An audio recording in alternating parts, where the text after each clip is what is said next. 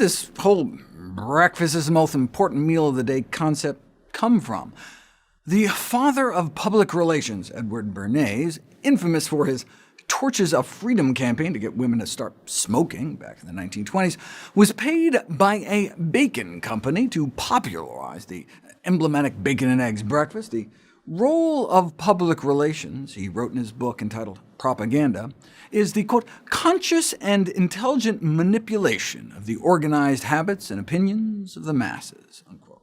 Public relations specialists thereby constitute an invisible government, the true ruling power of our country. Breakfast is big business. Powerful corporate interests, such as the breakfast cereal lobby, are blamed for perpetuating myths about the importance of breakfast.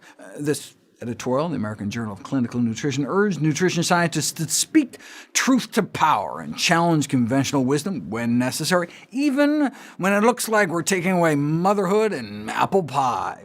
Actually, the editorial concludes reducing the portion size of apple pie might not be a bad idea either. So should we break the feast and skip breakfast to lose weight? Though advice to eliminate breakfast will surely pit nutrition scientists against the very strong and powerful food industry, skipping breakfast has been described as a straightforward and feasible strategy to reduce daily calorie intake. Unfortunately, it doesn't seem to work. Most randomized controlled studies of breakfast skipping found no weight loss benefit to omitting breakfast.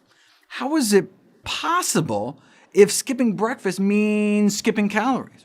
The Bath Breakfast Project, a famous series of experiments run not out of the tub, but the University of Bath in the UK, discovered a key to the mystery. Men and women randomized to either eat breakfast, defined as taking in at least 700 calories before 11 a.m., or fast until noon every day. As in similar trials, the breakfast-eating group ate a little less throughout the rest of the day, but still ended up with hundreds of excess daily calories over the breakfast skippers.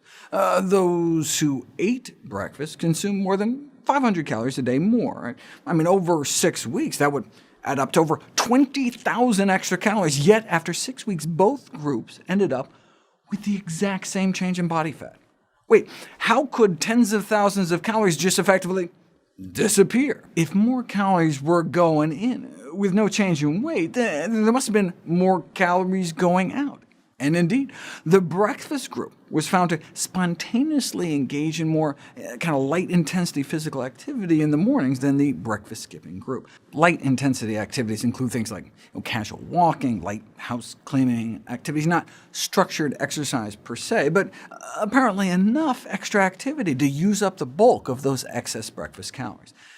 There's a popular misconception that our body goes into energy conservation mode when we skip breakfast by slowing our metabolic rate. That does not appear to be true, but maybe our body does intuitively slow us down in other ways. When we skip breakfast, our body just doesn't seem to want to move around as much.